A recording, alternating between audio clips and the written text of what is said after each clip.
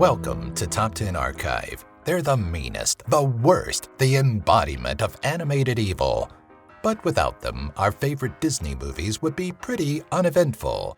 Playing the Ying to our beloved protagonist Yang, these villainous foe are among the 10 best wrongdoers in the Disney universe.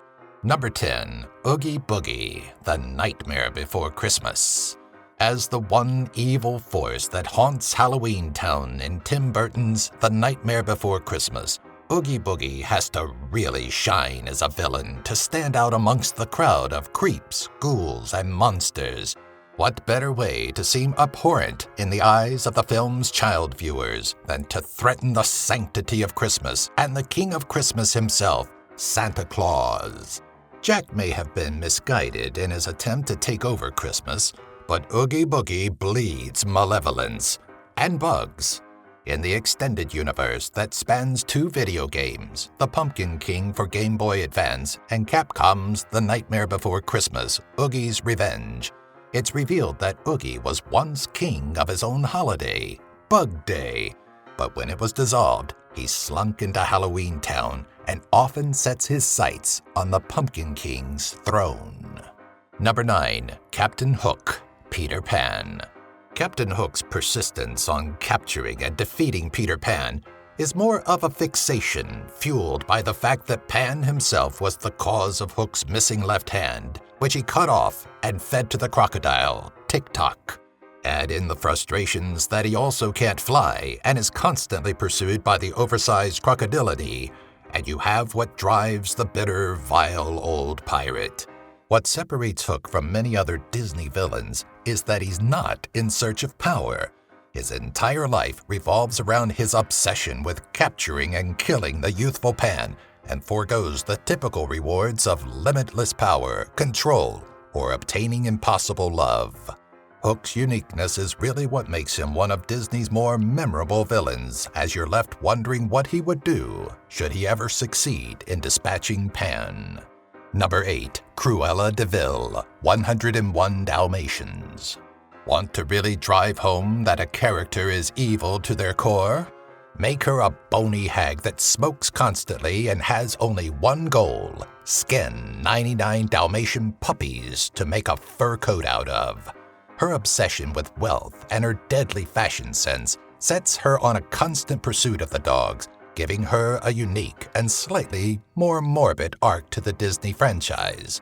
The crotchety old woman doesn't want power, and she has all the riches one could need. She's in it just for the satisfaction of adding another gem to her collection of dead animal furs, a need that sends her spiraling into madness. Number 7. Gaston, Beauty and the Beast. I'm as slick as Gaston and as quick as Gaston. I can act, speak, squeak, and can narrate like Gaston. Sorry, I just had to. A good villain needs to be made up of a slew of gross traits. The hunter Gaston has his share and more of personality quirks that earn him a spot amongst Disney's finest foe. Arrogant, egotistical, chauvinistic, superficial, conniving, and greedy are just the tip of the very thick iceberg, but all of these pale in comparison to his most odious trait. He's a killer. In his impossible quest to take Belle as his bride, the crude Gaston realizes the obstacle that stands in his way is the literal beast in the castle, and so he sets off to kill the monster. When he realizes he'll never have Belle to himself, regardless of what stands in his way, he resorts to wanting to kill the beast just so the creature can't have Belle. Number 6. Scar, the Lion King. There's definitely no subtlety behind Scar's malevolent motivations, nor is there any question as to just how evil the cunning lion really is. As younger brother to Mufasa, the king of the Pride Lands, Scar grew up with resentment and envy clouding his mind. Once known as Taka, Scar's name change came after an initial attempt to thwart Mufasa's claim to the throne in the Lion King prequel book, A Tale of Two Brothers. As an adult, the sly uncle to Simba, Mufasa's son and heir to the throne, has a far more murderous appetite, which he satiates by killing his brother and shaming Simba into thinking Mufasa's death was his fault. Sounds like a nice guy, right? Number 5. Jafar, Aladdin. Being royal vizier to the Sultan of Agrabah, the sinister Jafar is close enough to a position of power that his malicious intents are easy to act upon, especially when he can manipulate the Sultan to unsuspectingly do his bidding.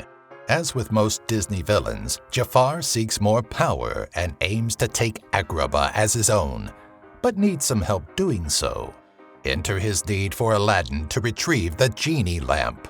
In order to overthrow the Sultan, Jafar cooks up a nefarious plot that involves arresting Aladdin to trick him into liberating the lamp, marrying Princess Jasmine to usurp the throne, and eventually using the power of the genie to take Agrabah as his own.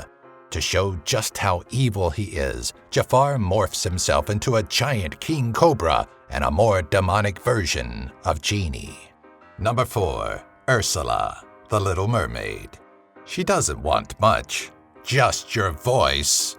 While many of Disney's evil entities are upfront about their true intentions, some are a bit sneakier. The sea witch Sicilian Ursula disguises her misdeeds as acts of mercy towards the unfortunate sea dwellers that seek her help. Through magic spells, she bestows her customers with what they wish, imposing impossible stipulations for her services. When they're unable to fulfill their end of the bargain, they're added to the sea witch's growing collection. Ursula's greatest deception came at the expense of Ariel, daughter of King Triton, in order to rule the seas. For the price of her voice, the witch turned Ariel into a human in order to woo the man of her dreams, giving her 72 hours to receive the kiss of true love. You can guess how poorly things went for Ariel and Triton. Number 3. Maleficent, Sleeping Beauty.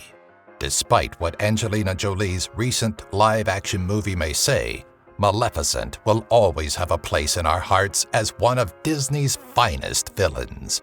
What makes Maleficent quite the dubious devil are not just the actions she takes against King Stefan and Princess Leia, but why she's hell-bent on killing their daughter, Aurora. Upon the birth of Aurora, Stefan and Leia host a christening and invites the 3 good fairies. Maleficent, enraged that she wasn't invited to the christening, bestows a curse upon the child, which states that upon her 16th birthday, she will prick her finger on the spindle of a spinning wheel and die.